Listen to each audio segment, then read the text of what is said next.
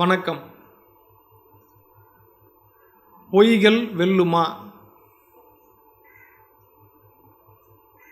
நாம் சமுதாயத்தில் இன்று பார்த்து கொண்டுதான் இருக்கிறோம்.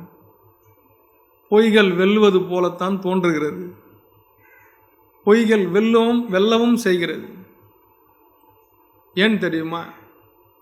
உண்மையை ஆதரிக்கின்ற தைரியம் அனைவருக்கும் இல்லை. அதனால்தான் பொய்கள் வெல்லுகின்றன.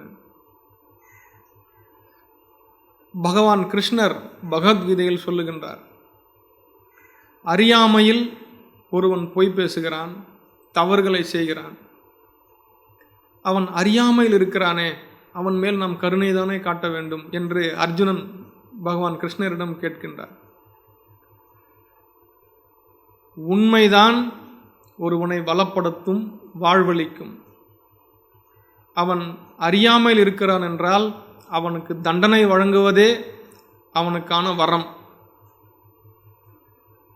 உண்மைதான் உனக்கு முக்தி அளிக்கும்.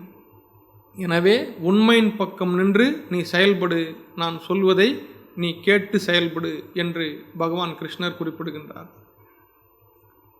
எனவே நாம் உண்மையின் பக்கம் நின்றால்தான் உண்மை வாழும். எது வலிமை உள்ளதோ அதுதான் வாழும்.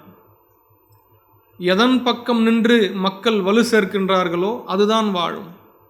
பொய்யின் பக்கம் நின்று மக்கள் வலு சேர்த்தால் பொய் தான் வாழும். ஆகவே உண்மையின் பக்கம் நிற்கின்ற தைரியத்தை நாம் வளர்த்து கொள்ள வேண்டும். பொய்யை நிராகரிக்கின்ற பக்குவத்தையும் நாம் மேம்படுத்தி கொள்ள வேண்டும். உண்மையின் பக்கம் நிற்போம், உண்மையாக வாழ்வோம். நன்றி.